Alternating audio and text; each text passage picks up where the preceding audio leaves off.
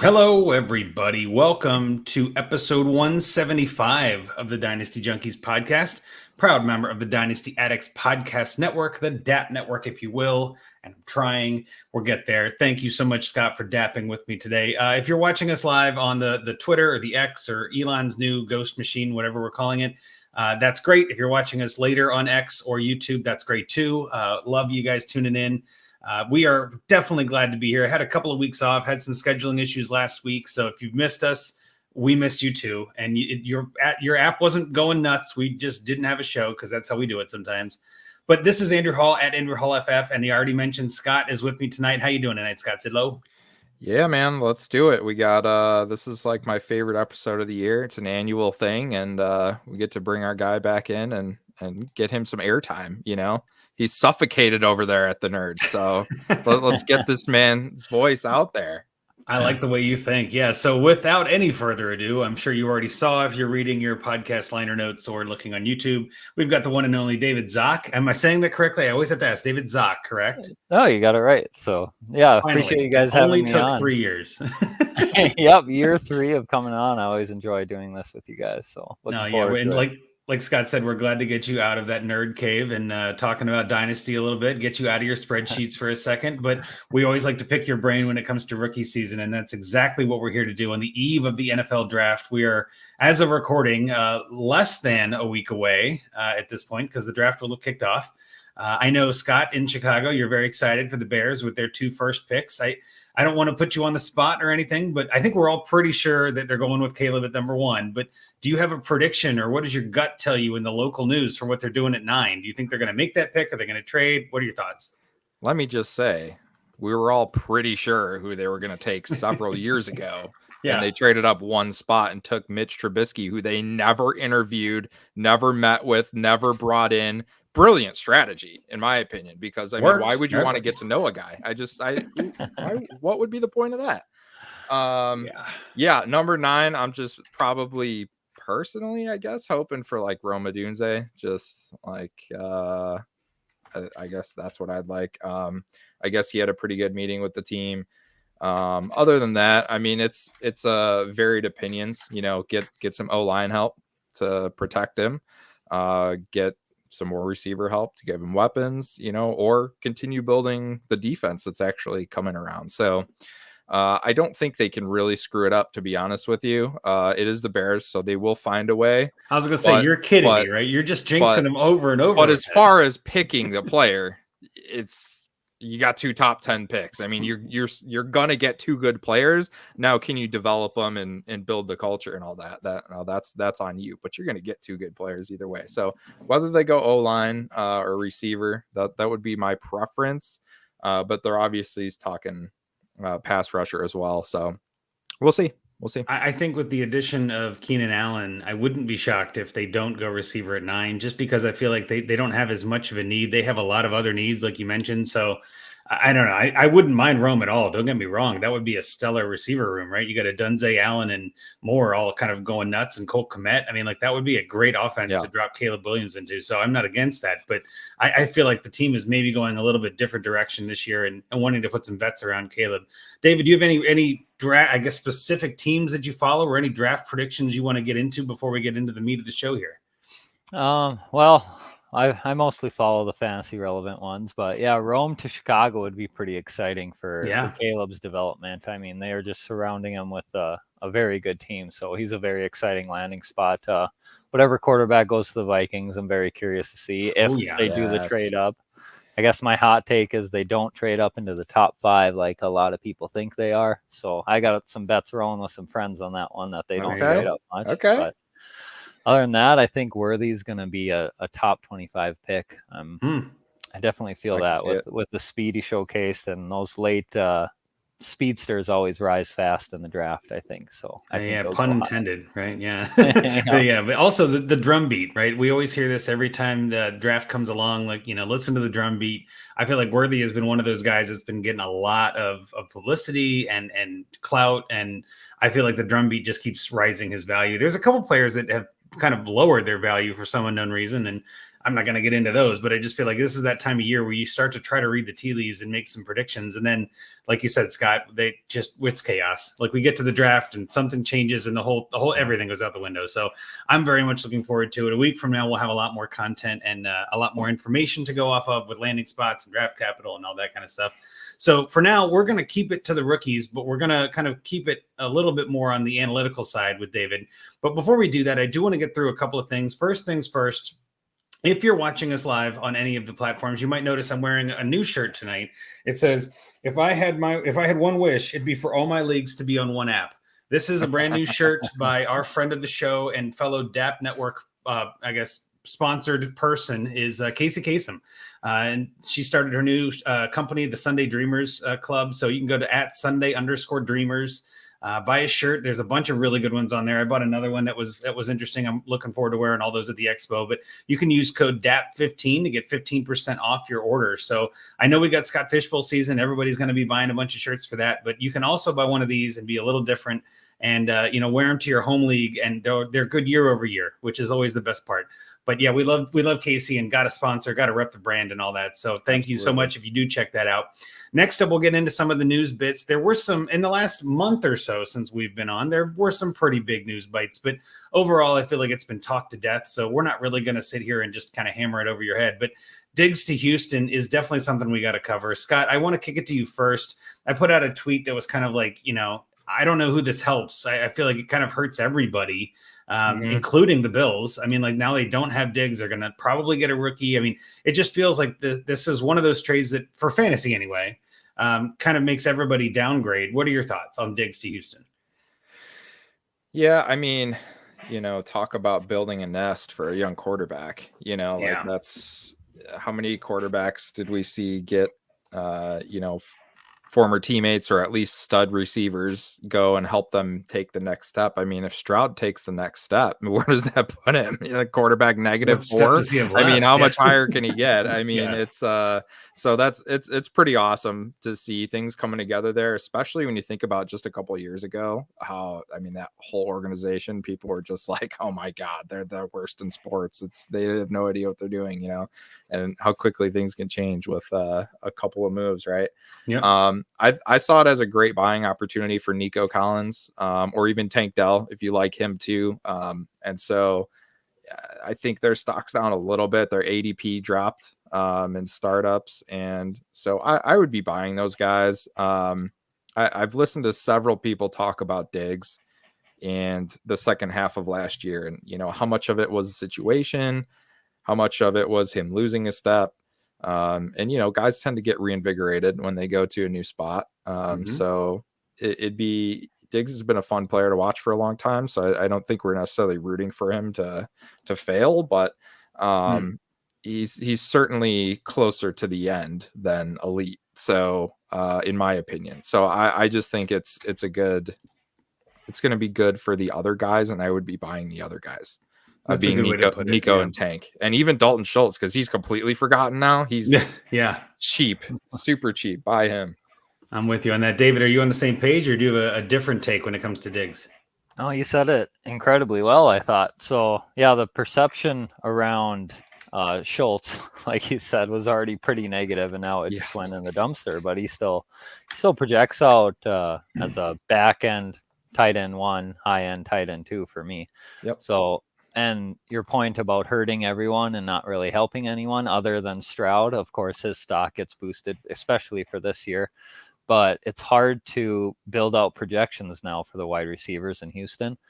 Everyone gets dinged a little bit because it's hard to dictate how the ball is going to be spread around. So right now I have Diggs going for 96, 1,100 yards and 6 touchdowns roughly, give or take. So that puts him at wide receiver 23 and half PPR for me at the moment.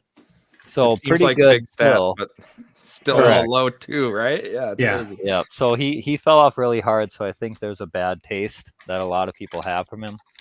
But the Bills just went so run heavy, and they just changed up their whole offense at the back half of the year under the new coordinator. Yeah. So that played a part of it. I can't imagine the Texans don't go extremely pass heavy as a top 5 to 7 pass offense in the league now. I don't think Mixon's built to carry a huge rushing load at this stage in his career like he used to.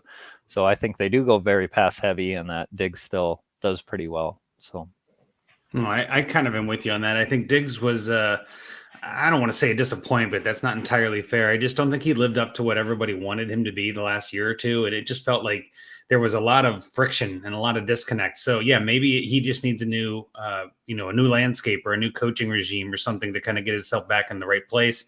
And honestly, like, the addition by subtraction kind of narrative is maybe true here too. Or if he was, I don't want to get into the narrative thing, but he was a cancer on the locker room and like kind of causing some negativity. Maybe there's some additional benefit to the Bills without having someone like that dragging you down. So I know I've worked on teams in my life, mostly at work, where, there's one negative Nancy that just makes you hate going to work. And when they leave or get let go, it's this weird relief of, oh, well, I have more to do, but I don't mind doing it. Right. And so maybe that's what the Bills are going to be like this year.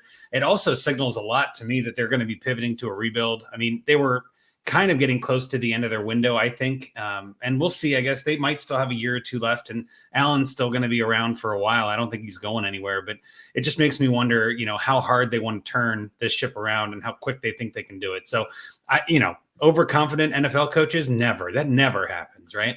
So we'll see what happens here. But yeah, I think to kind of bring it all back around, I do think you're on the right track here, Scott. And I probably would say that Tank and Nico are the biggest beneficiaries if there are any. But at the same time, you're going to have them, splitting more targets on an offense that might not be much better than last year just because it's still CJ Stroud. I mean, we don't know if that's his ceiling. It might be. I don't think it is. But if that's his ceiling, that's not that great. And I think a lot of people are hoping for more, but hope is not a strategy, right? So we got to be careful with that. There are a couple other little ones. I think the Devonta Smith news of getting re-signed to a bigger contract, 3 years, $75 million. I think that says something, but I'm not really sure it's actionable for Dynasty, right? Like, I don't think anybody was worried he was leaving. There really wasn't a whole lot of chatter about that, but that's, to me, that what that says is that's at least what T. Higgins is looking for, right? Like, he is probably T. Higgins would love that kind of contract somewhere. And this kind of sets that market in a way for a wide receiver 2 on a team that's ready to win and is in the window. $25 million a year is not chump change. That's a pretty fair amount. And I think the writing is on the wall for a lot more of these kind of contracts to come up. So David, I'll kick it to you first. Was this Devonta Smith news even news to you, or does it signal something larger? It didn't move the needle much. So like you said, we all knew they were going to be there, but I am very bullish on the Eagles offense under Kellen Moore coming there this year.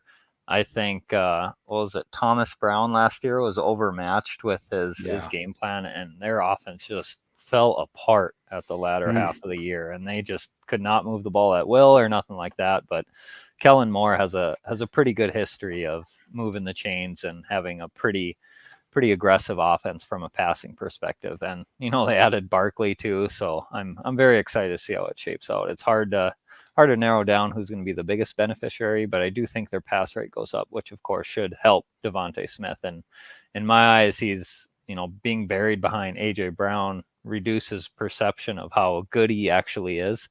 And I think he's in the elite tier of wide receivers. He's very, very good in my opinion. And he projects well this upcoming year. So I'm high on him coming up. Yeah. What about you, Scott? Same idea. The perfect spot too. Devonta Smith just he's supposed to be that too. He's not supposed to be your alpha, right? So like you need that AJ Brown across from him for him to truly hit his max potential. So it's a perfect situation for Devonta.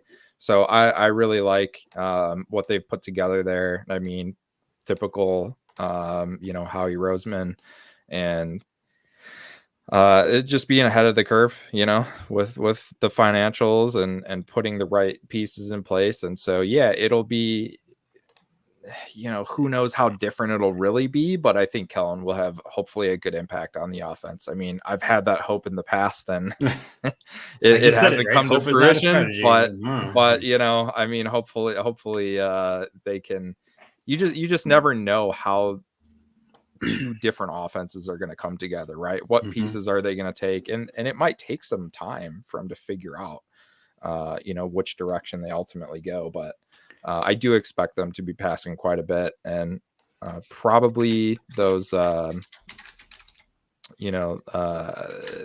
probably going to get a lot of short yardage touchdowns, I think, with Jason Kelce gone.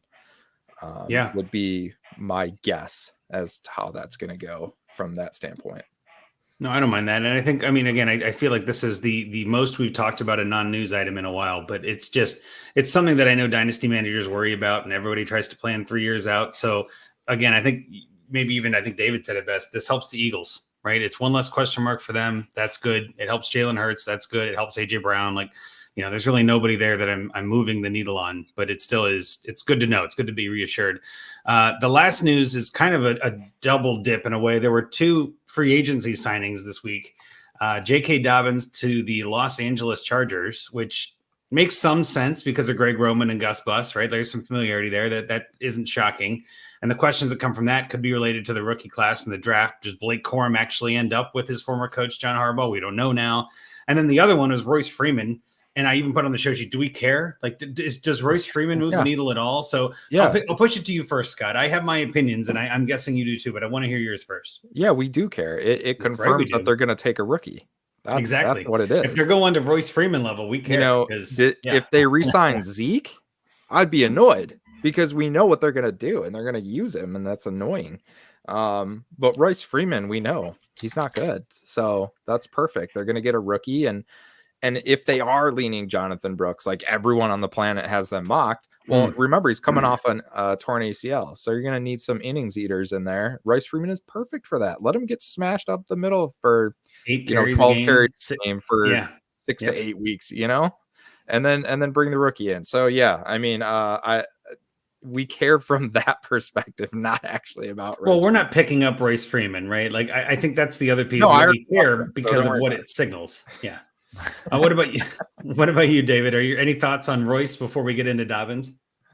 Yeah, he doesn't move the needle at all for me, but I will say it's interesting to see what they're doing, right? Like, no one really knows what's going to happen with that backfield. I was really high on Deuce Vaughn coming out of last year, so I think he's maybe a sleeper for a sophomore bump. So it's funny, he sparked some memories of Kyron Williams, because I remember I do kind of a comparison across the industry of where I rank guys, and I had Kyron higher than a lot of people on my Z-score because of his productivity was so high, even though he was undersized and kind of unathletic. He ran that terrible 40 time that had everyone spooked from him. Yeah. So Deuce Vaughn seems like a possible late bloomer. He's definitely undersized, but Dallas has a high scoring offense, and they need someone to step up. And I know he's tiny and everything like that, but I do like taking him late in drafts. Yeah, seeing perfect if I can get him as a throw-in.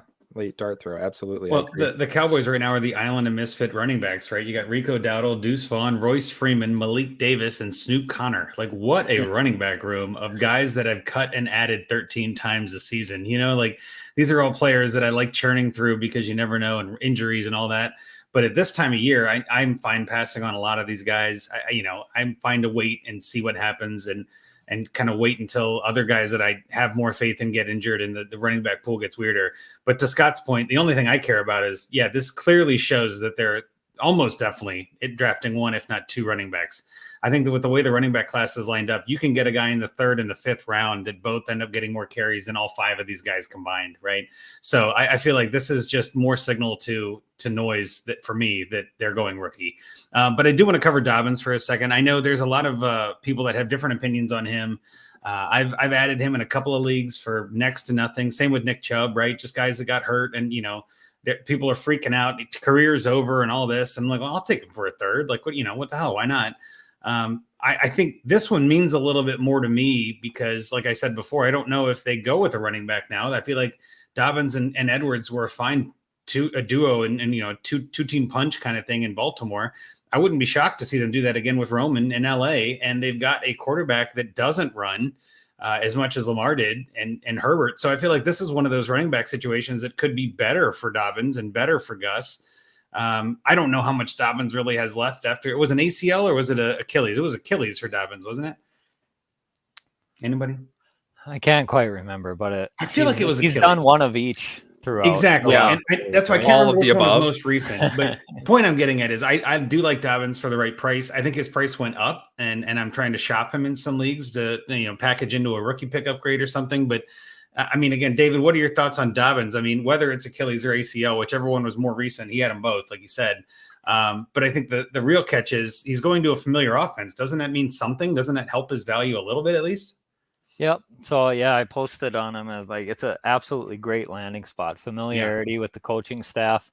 Chargers are undoubtedly going to be a top 5 run percenting offense in the league, and I have them yardage wise in the top 5 as well. So where they're getting those yards, it has to come from somewhere. I don't think Gus is an absolute workhorse of a ball carrier there. I have him at about 1,000 yards, and then I do expect they're going to add somebody.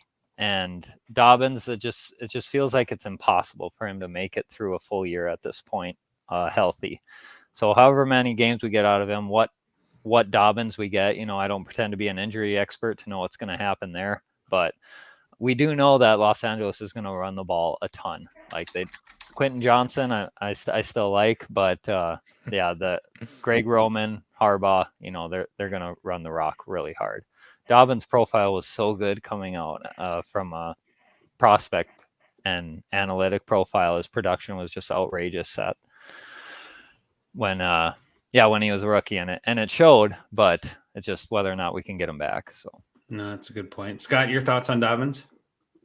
He's just like other running backs, pretty much irrelevant. I love it. Yeah, no, it's he's a chess piece that we're going to move around the board. We have to see what he's actually got. He could be one of those 12 carries a game for 20 yards kind of players, right? We don't quite know what we're getting into. If he's still got some of that speed, he's still got some of that, cut and agility and things like that. Even if he's, 80, 90% of what he used to be, I want him. I don't mind him on my bench for those bye weeks or, injuries and all that. And at the same time, almost every time I'm looking at a player, I'm trying to see, well, who can accrue value? Who can ascend? Dobbins could ascend, right? If they don't draft a running back, Dobbins might be the guy. And all of a sudden his value goes through the roof, right? So it's just someone to keep an eye on here. For what it's worth, the Michigan strength coach did come with Harbaugh, and he's dealt with that injury several times in the past successfully for a little bit younger players there in college, but he's very well renowned, and I don't know, you always kind of believe in your guys, right? And so Harbaugh's probably just saying he's got good reviews on him from obviously his previous OC and then his brother as the head coach as well. So you might as well bring the guy in, you see what you can do with him, and if it doesn't work out, you just move on. But there's always that upside. I don't think I have any shares left, so I don't think it really impacts me in any way. But that's good. I'm glad you're not affected. If it's a selling opportunity, if it's a selling opportunity for somebody, take what you can. Yeah. If somebody's going to give you a third, then take it. Well, I'd rather wait until after the draft myself. That's what I'm saying. Like, I'd rather hold on and see if they draft or not, and they'll take that risk. They'll be drafting someone. Well, we don't know. There's some craziness. There's some craziness that can happen. Seems near impossible that they wouldn't take at least in the third or fourth. They're absolutely drafting. Someone. I know. I'm just saying we've seen crazy things every year where teams that are so obvious don't do anything, and we get Jahmyr Gibbs going way earlier than he thought. Right? Like it's the fallacy of rational coaching. We talk about this all the time. It makes no sense. Things that make no sense happen all the time in this league. We know what Jim Harbaugh is. We know what Jim Harbaugh is. John Harbaugh, right? No, Jim. Well, I thought John was in LA. What? Am I confused? Jim Harbaugh in LA. I'm talking about we know what Jim is. We know I thought it was John. Maybe I'm going to get running backs. John's still in Baltimore. Jim's in Baltimore. Brother will have a turn with Dobbins here. Yeah, exactly. Which is an interesting, that'll be a fun family reunion, right? Like, oh, you like Dobbins? I'll take him. Like, oh man, that was my guy. Right. What did you guys make of him visiting the Chiefs, and then right after he worked out for the Chiefs, they re-signed Clyde Edwards-Helaire? That pretty much tells you what you need to know. That's what I saw. It's pretty damning evidence. Just seeing that or hearing that, you're like, oh boy. I think physically it's damning evidence, but what it could be is here's a guy who knows the system. Here's a good, culture guy, locker room guy. He can teach the young backs, whatever. Maybe that's what he's being brought in for. We don't actually know that. Those conversations do happen. Adam Thielen going to Carolina, same thing. Let's teach the young guys. Let's work on that. A lot of guys get paid to be a coach on the field and in the locker room more so than their production, right? Well, Thielen was good last year. He did end up having some production gem by default because there was, nobody else. But also his role there was to really come in and help a young quarterback and help that room. But we see that every year that those veterans get money or at least get a shot because of that. So, we don't know that it's not that, and he's really done, but they're just throwing him a bone, right? People, they take care of their people, right? Yeah, and I think the contract is another angle. I was just thinking, I don't know if I've heard how much Dobbins got in LA, but it could be a money thing, right? They could be saying, well, we know we've got CEH with the potential, 1.1 million 1-year contract. Let's bring in Dobbins and see what he wants. And maybe they thought he wasn't better for the same price, but maybe he was asking for 1.5 or 2. And they were just like, we're getting the same thing for cheaper. We'll cut a little bit. And we don't know all the ins and outs, but it definitely looks bad, right? When like Dobbins visits and then they're immediately signing the other guy that wasn't that great. Like it's not a good look. But I don't think it's always that kind of timing. But who knows? We'll have to see how the season plays out. But we did have a good one in the chat. Jason Reel showing up. Thanks so much, Jason. He had a trade where he sent Will Levis in a Superflex league for Dobbins and Tucker Kraft.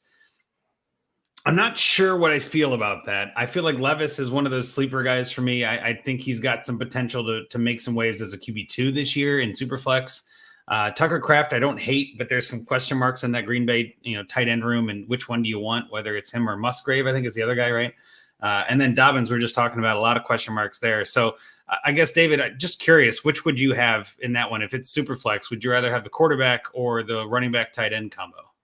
That would be Will Levis by quite a bit for me.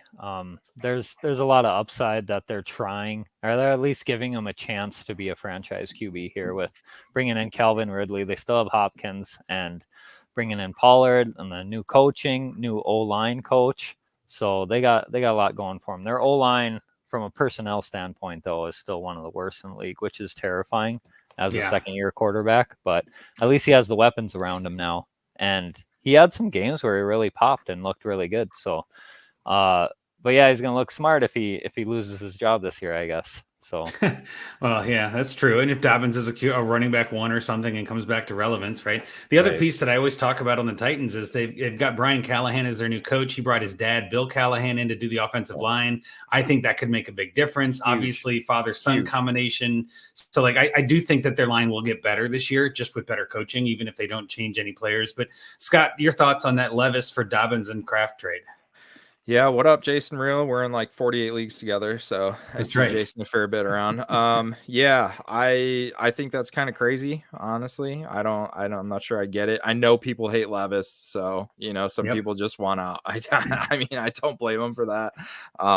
But yeah, give me the shot on the quarterback, man. Especially you start putting names on paper 4 years ago look pretty damn good.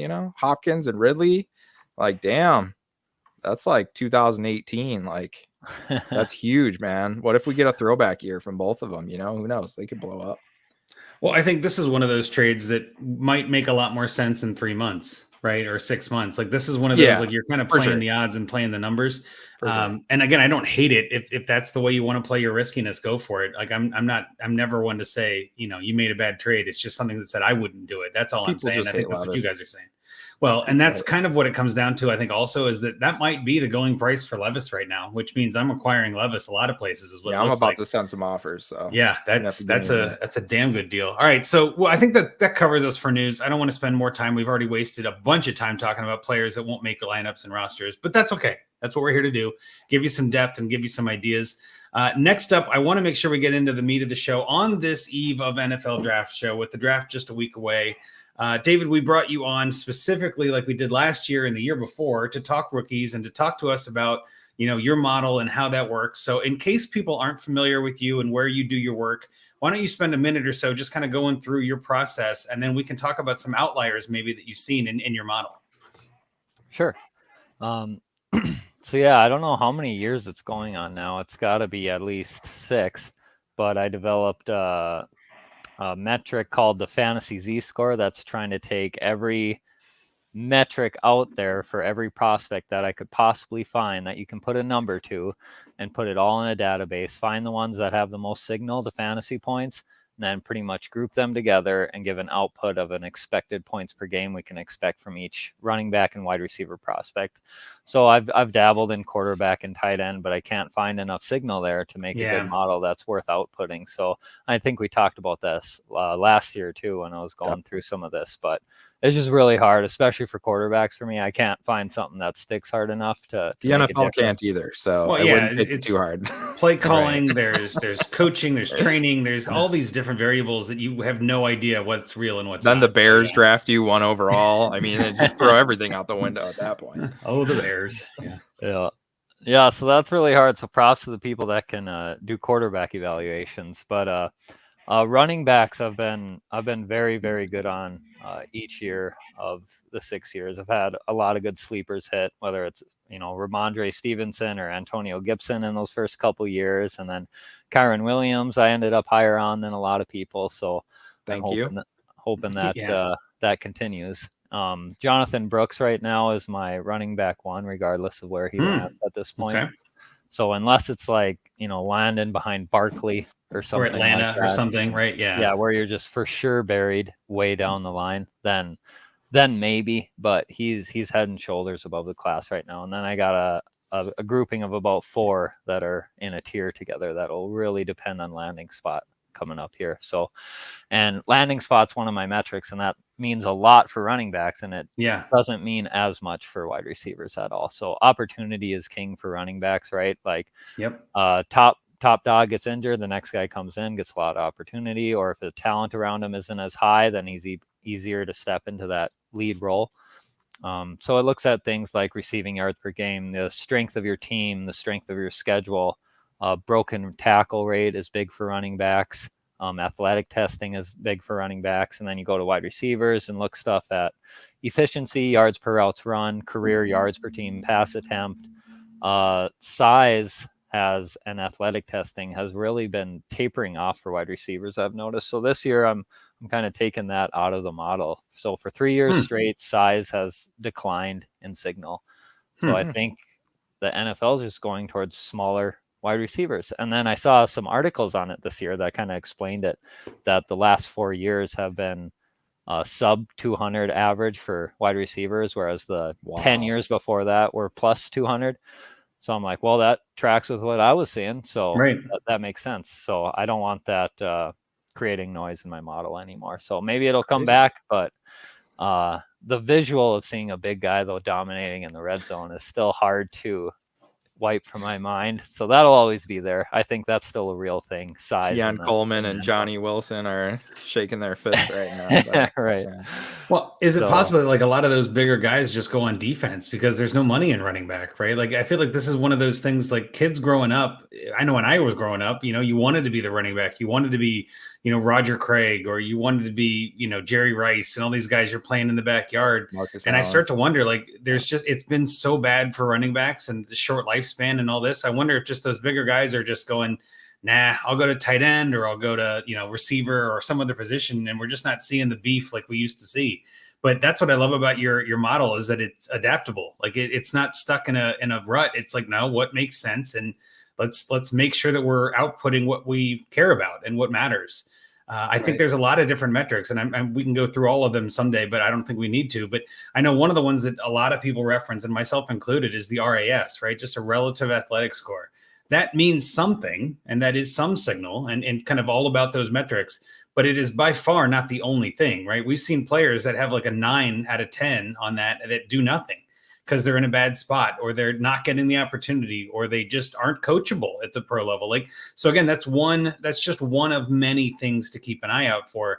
And I know yours doesn't necessarily reference the RAS, but it references the same raw data, or maybe even less so now, right? Like you're saying, like less of that raw talent, but does it factor in things like 40 times still and like shuttle scores, things like that, or does it not really take any of that in? So for running backs, athletic testing is still a very big deal in my model. Okay. So athleticism score is one category in the Z-score for running backs. And in the athleticism score is 3 subcategories. One of them is combine testing. The second one is broken tackle rate. And the third one is their dual threat ability in college. So being a rushing and receiving running back is a big deal. So that's kind of its role there. And heavier running backs are able to take on a bigger load, stuff like that. But for wide receivers, it means next to nothing in my model for athletic testing. Crazy. Yeah, it's weird though, I guess too. Like, and as the years have gone on, and I'm sure you've made tweaks, not just every offseason, but throughout the years, you're always looking at this. I mean, would you say that is there any one metric that doesn't matter at all? I mean, you're kind of hitting on some of them here, but is there anything that you've learned is just entirely noise that we should kind of just disregard entirely when we're looking at rookies?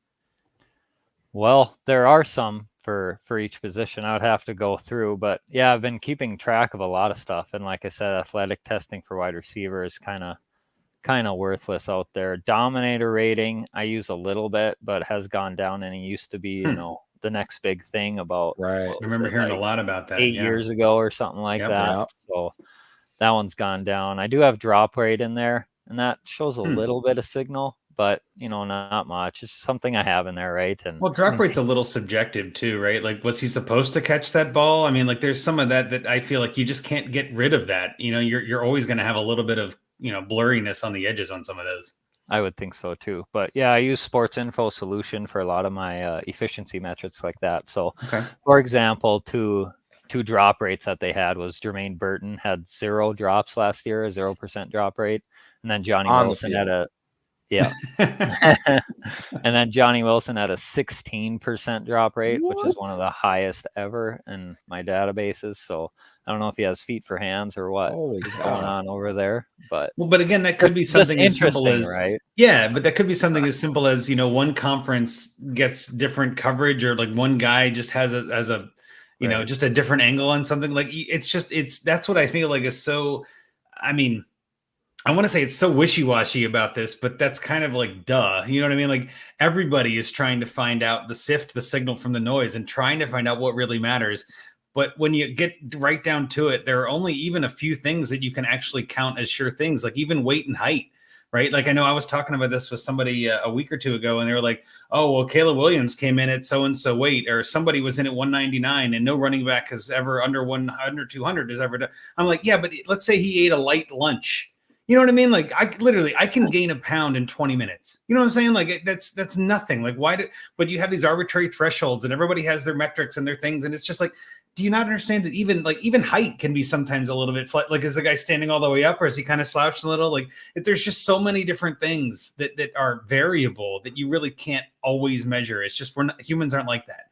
And so what I think I admire the most about people like you that are trying to, quantify an unquantifiable thing is that it's just like Sisyphus. Like, you're just never going to get there. But I feel like a lot of you guys know that. And you're like, I'm never going to get there, but I can get close enough. And that's all I'm looking for. Like, let's just get closer. Let's get better. Let's get sharpen the edges where we can. And it's something my dad always used to say too. He's like, well, the difference between engineers and physicists is that physicists are like, it'll never happen. And engineers like, it'll happen enough. You know what I mean? Like, we'll get there. Like, that's all I'm looking for. Like, it just needs to get through the guy. Like, that's kind of what it feels like. And I respect you guys, because that's a interesting, daunting task to take on, is to try to solve a problem that in a way can never be solved. You know what I mean? Correct. Yep. No, it's all probabilities, right? You're just trying to reduce the number of misses you find and increase your odds of finding someone big. So yeah, I'm always on the lookout for new metrics popping up. I know JJ Zachariason said he added a teammate score last year. So I haven't quite added that into my database, because I'm not sure what to make of it. Obviously he's found success with it. I do use team adjustment as far as SRS. That's College Football References grading scale for the strength of a team, and then SOS is their strength of schedule, obviously. Sure. Okay. So I do factor those in heavily for both running backs and wide receivers, and that's carried a lot of signal over the years. Well, it makes sense too, right? Like, if they're playing a weak schedule, they're going to get a lot of yards. So like, it kind of, that narrative fits with, jives with the thought process of what you're outputting here. Right. And if their yards per out run is a little lower, but they're on a great team, that's sort of my teammate score, because you're on a very good team. So it's harder to command those type of targets and yards per route that you run out there when you're with, Malik Neighbors and Brian Thomas on the same team. So that affects each other. Yeah. Like, they don't get dinged for that. That doesn't make sense. Like, oh, you're not good because you had somebody really good playing across the field that warranted a ton of targets. Like, that doesn't make sense. That's the argument, right? Yeah, so there's probably a little more middle ground I could lean towards too, but I need more data on it. I guess always more data, right? Well, in that vein, I guess we want to talk a little bit about some outliers, and I think this is where again they can go find your score, they can go find your stuff. I think it's all at Dynasty Nerds. I don't think you have anywhere else that they can find this. Is that correct? Yeah, I've really cooled off on writing articles overall. It's a burnout process, and I got burned out. But I really love the models and the charts, and coming on and talking stuff with you guys. I definitely got burnt out over the years of writing articles. I used to do like a couple articles a week for Fantasy Pros, and I'm like, this isn't fun anymore. This is just pain. Like I don't want to write another 1,000-word article about guys in week 12 for waiver pickups. It's just too much. So I've stepped back from that. I need to find a better way to still convey my stuff that makes sense, because a lot of times you can't understand a model without a pretty good explanation behind it. So I'm trying to find that balance there, but part of it's probably just me being lazy and having 3 kids. And one of them's newborn now. Kids. I blame my kids for everything. Well, it's their fault, right? Like, yeah, we didn't do anything wrong. They're exhausting. I mean, come on. They are. Well, I've got a few guys that I want to ask you about specifically, and I mean, you can, I can maybe just give you a few names, and you can pick one that maybe you agree or disagree with. But these guys are, I consume a lot of content, and I follow a lot of what I think are really smart people, and whether they're evaluating for the NFL or evaluating for fantasy, I try to put it all together. But there are some receivers that are just all over the board, from like, oh, he's my 4 to, yeah, he's my 40, like there's just so many different things, especially when you're watching film, because, you can talk to Matt Waldman, you can see his notes and he has a process and he looks for specific things. Not everybody does that. Right. So, a couple guys that I'm interested in, or, just curious about how they came out in the model. And, feel free to just pick one of these guys. But Devontae Walker is a big one. Malachi Corley, and then both Xavier Legette and Jalen Polk. So you've got a whole mix there of different styles and what were the last two? Different level of competition. Polk? So Devontae Walker, Malachi Corley, Xavier Legette, and Jalen Polk. Okay. And it's all over the board from these film guys. Some of them are, these guys are all super talented and they're freaks in their own way. But like, some are like, yeah, I wouldn't touch him with a 10-foot pole. And some are like, yeah, he's, they're top 6, top 8 receivers for me. So I don't know if any of those guys stand out from the group, if one might be significantly higher or lower in your model that you can shine some light on for one reason or another that, can either talk me off the ledge or just push them over maybe. Sure. So yeah, I looked those up.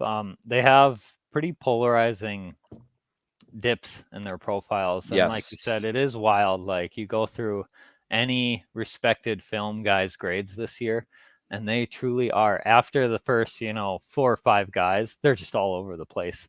Like some guys will have Ladd McConkey as wide receiver 4, some will have him as wide receiver 10, and you're like, well, that's a big difference. Is he going to go in the first round?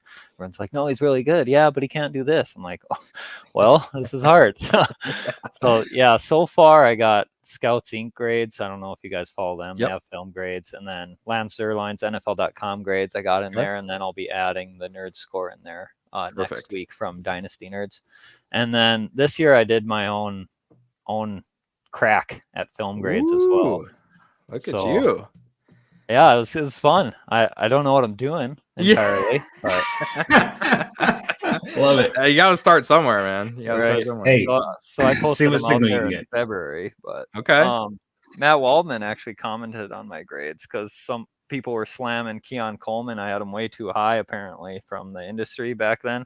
And I don't know. I had no idea what people were grading people as back then. I did them really That's the way to do it. Yeah.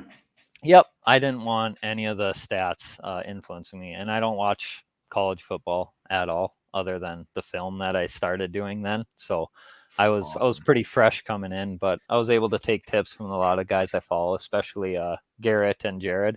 Last year, we went through their process and broke down their nerd score and found out what correlates most to success in their different categories. So they break down their nerd score into like 12 different categories, speed, catching, body control, stuff like that. So I tried to learn as much as I can from everybody, and they were super helpful. So that's what I kind of took into there. But awesome. Long-winded way to get back to your question here. I have all 4 of those very low. They're all C- or lower grades for me right now. Interesting. Okay. Walker's the highest, just because he doesn't have a low grade in much anything, and he is an early declare. I'm seeing his bright spot. Let's see, early declare. His dominator rating really pops. It's the highest pretty in much class. the only guy. Yeah. 42% is wild. So that's really good. Yeah. So like I said, there's a lot of pros and cons, but right now the order is Walker, Polk, Leggett, Corley, but they're all very low and all within 2 points of each other. So interesting. Okay. I picked Corley the 4 highest. guys that are completely different. Yeah. Like different, schools, different styles, different athleticism, different height, weight, everything. Like you could not find 4 different guys on the list, and they're all right here. That they're all within. Yeah, that's crazy. Yeah. Okay. No, I watched Polk and Leggett tape late, and they're very different. Leggett's probably the most exciting for me. Yes. When I watched him on film, I would say his upside, kind of stood out above the rest. Walker, I totally agree, but where was he for like the last 4 years? That's right. My question. And that's a huge thing, right? Like I don't want to get Hakeem Butlered again. Yeah, watching just exactly an old prospect PTSD just ragdoll defenders and stuff like that. But yeah, Walker.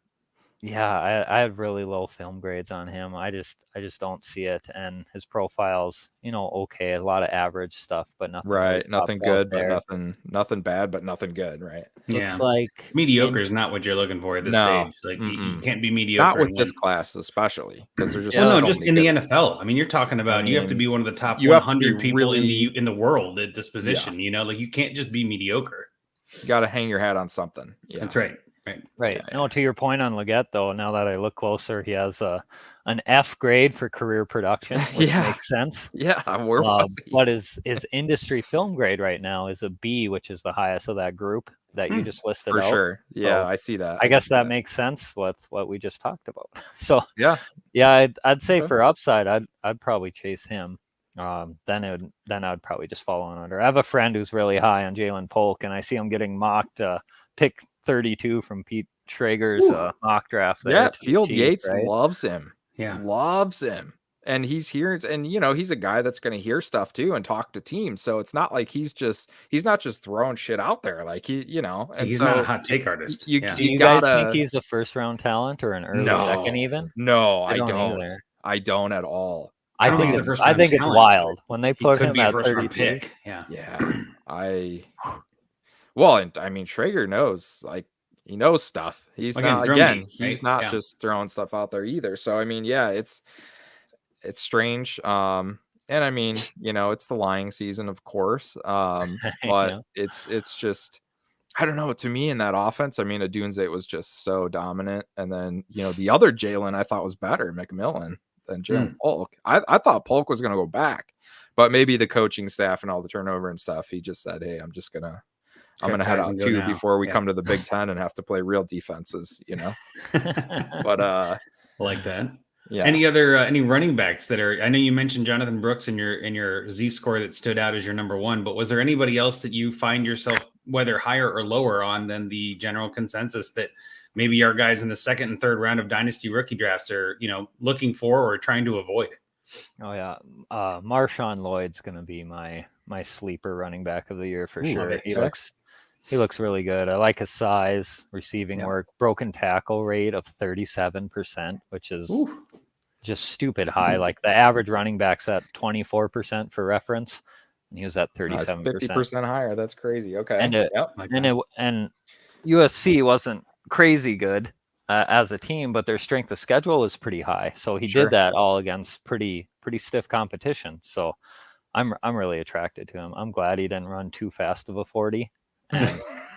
you know that cost himself $1 million, but David's happy, so that's it keeps him under the radar for that's guys right. like us in the rookie drafts, right? Absolutely. So, that's all we care about. I was happy with that, and he did good. Like his speed score is still above 110 and everything. 220 pounds, like that's awesome size. Yeah, and weight means a lot for running backs. So he's definitely going to be a target of mine. Hardcore. His I hope running style is Yeah, so I didn't watch any film on running back, so you guys tell Okay. me what he looks like when he's running. Is he just like a bowling ball and He's all the upright. defenders are pins kinda that are runs just flying off him? Yeah, he's well, I don't want to make this comp. I'm not good at comps, and I feel like I shouldn't even say it, but he has a little bit of like a Derrick Henry vibe to him when I watched, because he just he's not afraid of contact. He's kind of one of those guys I don't know if he's as fast, but he'll get up to speed and kind of like be a bull in a china shop a little bit from what I've seen. So again, I don't know if I would call him like, he's not Derrick Henry, like that. Let's just be clear. But there are times when I watch a film, I'm like, oh, I could see a little Derrick Henry in there. But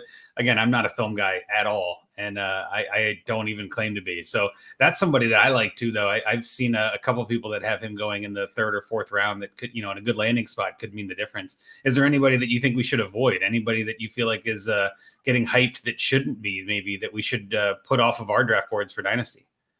Yeah, and when I say sleeper or like fade, like these guys are all fairly low compared to years past. So like they should be like late seconds, most of them, or mid-second round picks, if that, on most of them, pending landing spot, of course. But Blake Corum, I'm going to be a little lower on.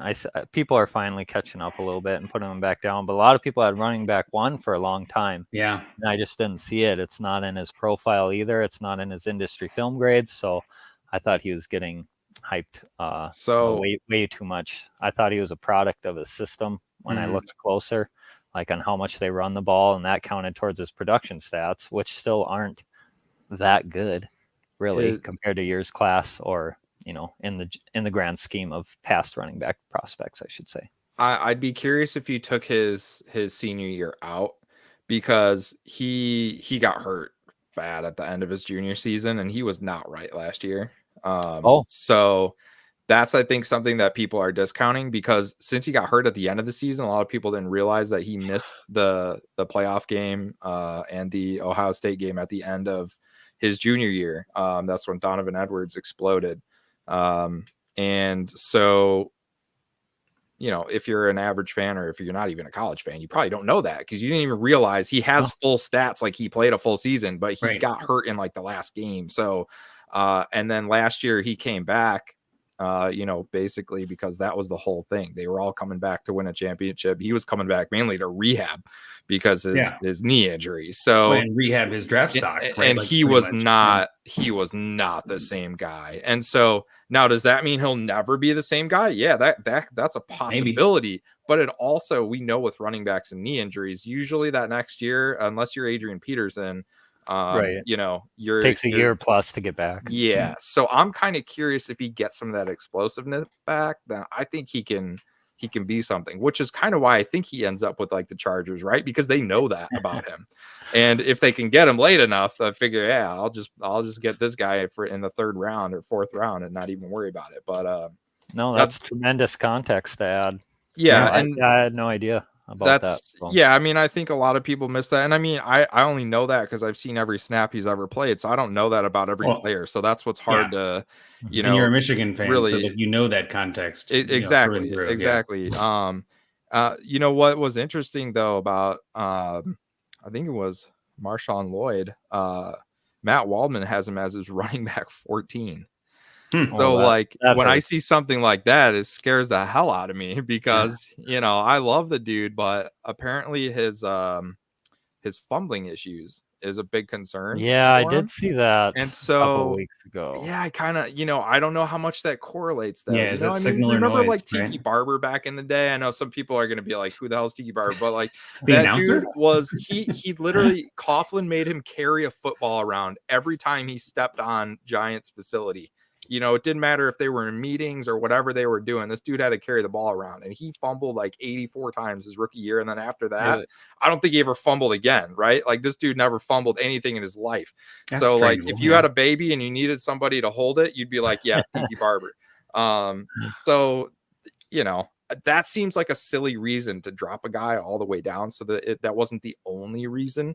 And he even says like, hey, if you think it's not that big of a deal, add a few points. But even if you add a few points and move him up, he's still like RB9. Right. And like in this class, that's not saying anything. So that's kind of interesting. Running back 14 is deep down there. So curious where he goes on draft night. If he doesn't go until round 6 or later, I'll have to drop him. Then we're done. So, or if he's like the second rookie drafted by Dallas or by Cincinnati or one of those teams that has a need, but they draft 2, and you're just like, well, now you got a 3-headed monster or something like that's just not ideal for fantasy at all. Well, I think that's really good to cover some of these names and to kind of give some people some other names to look into deeper or to avoid. Before we wrap it up, is there anything else you want to get into? Anybody that you really wanted to cover or anything about your Z-score in specifically or in general even that you want to talk about before we move on? No, I think we pretty much covered it. Like you said, I'm always trying to find metrics and find new signal to add to make the models more robust. And wide receivers have been tough lately. Like there's a lot of sporadic hits and misses in round 1 for the last few years. Oh, yeah. That's been throwing the model for a little loop here. But, there's still those, final season yards per out run and the career yards per team pass attempt. But that is why I kind of add, I'm diving deeper into the film. I've added interview score into the full grade.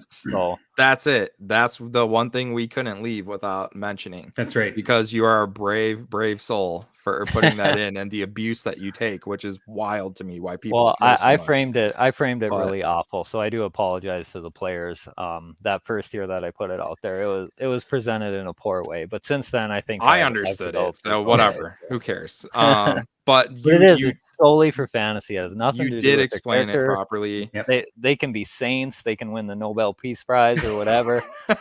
This has nothing to do with any of that. This is purely from a football perspective and how their character traits relate to successful ones the years past. And it's a hard thing to go through. It takes a lot of time, I will say. Oh yeah. His shields are up. Yeah, I get it. Man, it's a brutal world out there. But I'm curious about one guy in your interview score and if you have him, and that's Jermaine Burton. So I didn't. I saw a lot of people throw his name out there. Okay. And I only do guys who are expected to go round 1 or 2. Okay.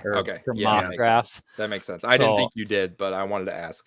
No, I was going to add a couple guys here if I have time before the draft. So he's probably one. Okay. There's another guy that people had on there. I forget. I'll have to check the comments under that post again. But I'm very excited for guys like Xavier Worthy and Ricky Pearsall. They really shine through. Like they seem like they get it. They understand all the facets of the game. They look really driven.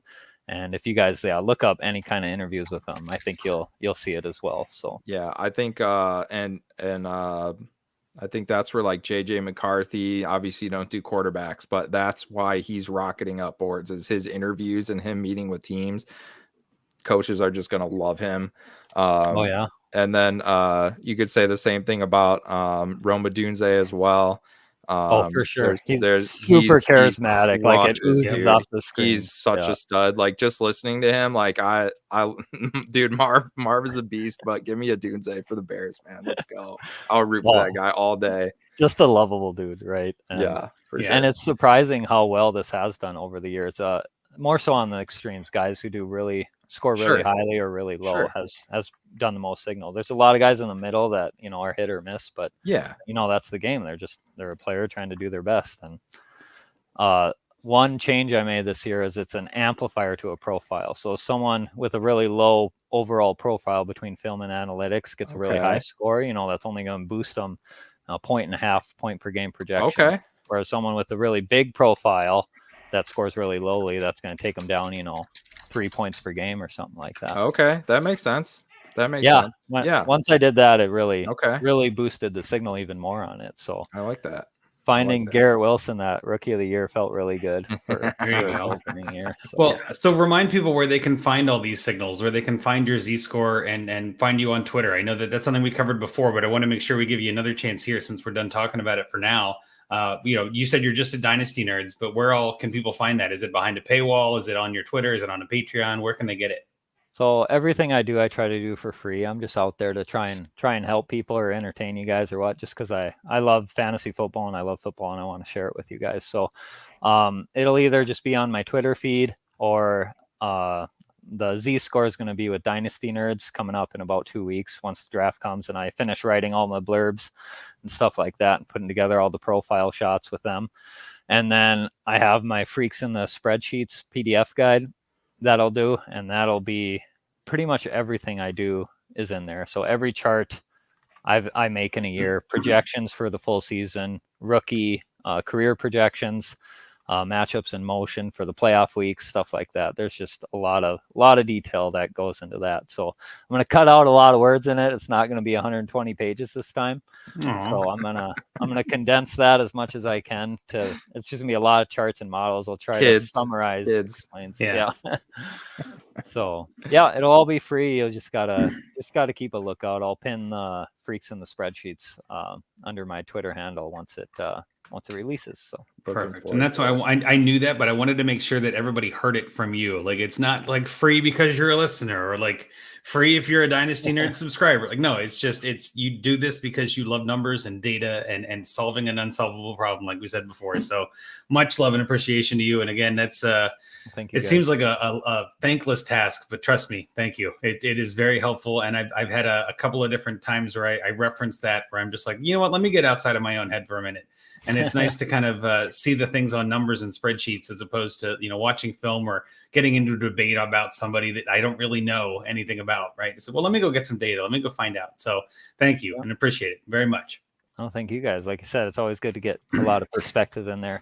But as far as like thankless part of it, last year, I just want to shout out the matchups in motion weekly series I do for sit starts and building out parlay picks. There, I had a couple really big hits that people thanked me for. One guy won $5,000 on the Battle Royale and Underdog, and then I think it was 3 weeks later, a guy won $15,000 on the Battle Royale using the matchups in motion. So they showed me out. So that felt really good. That was amazing. So follow this guy, everybody, at David Zock 16, DAVIDZACH 16. Go do it now. Don't forget. And you'll be happy you did. And with that, I think we're going to move into the next segment. You're not going anywhere, David, but I do like the Z score. And I definitely think it's good to pimp that here in the middle before we forget. Huge. But segue to the next segment, which is just Listener League updates. We've been gone for a little while. There were some trades in Junkies leagues. I don't think we need to go over all of them. I think there were 5 altogether. But there were some big ones that I think are worthy of a discussion. And one of them involves our own Scott Sidlow. So I kind of wanted to pick your brain on this one, Scott, but also I wanted to see what David thought of it. So without telling which side, I'll go to you first on this one, David. Which would you rather have? I forgot about this. This is awesome. This is a big one. This is a big one. This is from a couple weeks ago. Would you rather have the 101 and the 202 in this year's draft? So the 101 and the 202, or Aaron Rodgers, Jahan Dotson, and the 103. Which would you rather have? 101 and 202, or 103, Aaron Rodgers and Jahan Dotson? Maybe that's a better way to put it. So what are the details? Is this super flex? It's a 12-team super flex tight end premium. Yeah, good question. Yep. Tight end. This is Junkies 1. So it's not Junkies 2 or 3, which are 14 teamers. This is Junkies 1. So the 202 is the 14th pick. Sure. I think I'd lean pretty hard the 101 side. I'm an anti-Rodgers guy at the time being. I think he's falling off a cliff. I think people give him way too much credit. But sorry if that's your side. It's not. Oh, good. That's the side that Scott got. So yeah, so Scott took the 101 and the 202 in exchange for the 103 Aaron Rodgers and Jahan Dotson. I'm kind of with you. I'm not necessarily anti-Rodgers, but I'm wanting off that ride. I don't know how much he's got left. Right. And we kind of jokingly said earlier this during the season and even in the off season, like he might have been vice president at one point. Like I don't know where his head is at. Like I want out. Like still could be. You never know. Listen. If that happens, something has gone horribly wrong with our electoral system. Just I'll put it that way. But the fact that he's in the position as a potential is wild. But all of that aside, we've got Scott here who made the trade. Scott got the 101 and the 202 in exchange for the 103. So Scott, why don't you tell us what your thought processes were if we haven't already covered it? Yeah, I mean, so I took over this team a couple years ago, and the team was atrocious. And Rodgers is still on my roster for some reason, and I was supposed to trade him for like a random 24 first like 2 years ago. I think he was still on the Packers at the time, and I didn't take the trade. And then I was just working on some other things, moving some other players, and I just thought, I mean, this guy's coming off like MVP, like, I was like, I gotta let's see what I could do maybe in season, and then he goes to the Jets, and we know what happened week 1. So he's still been sitting on my roster, and then it comes down to a portfolio approach where like I have a whole bunch of 103s and I don't really have any 101s. So I think I have one other one. So I was like, you know what? Let's just mix it up a little bit. I would probably be taking like, Malik Neighbors, or as of right now, Neighbors probably at 103, maybe Jaden Daniels, I guess, if he goes in the top 5. So I just figured, you know what, let me go up to 101. I'll just lock in Caleb Williams. I don't have to worry about all the other stuff. And then I get Rodgers off my roster, because even though he's stuck there for a year, he actually wasn't hurting me because he wasn't scoring points, remember? So he wasn't hurting me by being on the roster. So I wanted to wait it out a little bit.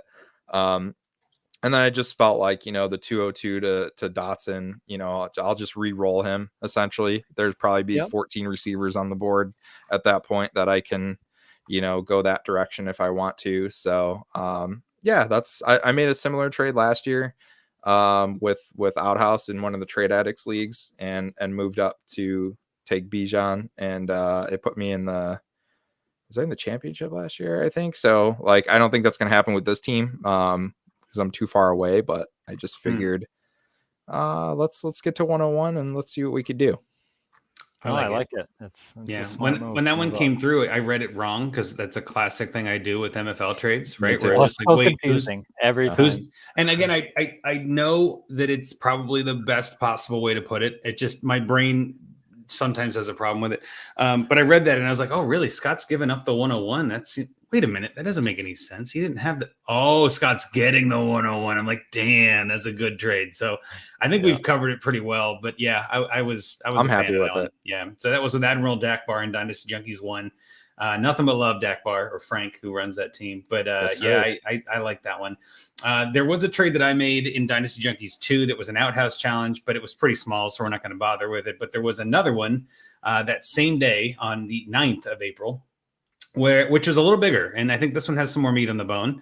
And this one is, let's start with this side, 25 first. So sorry, a 25 first.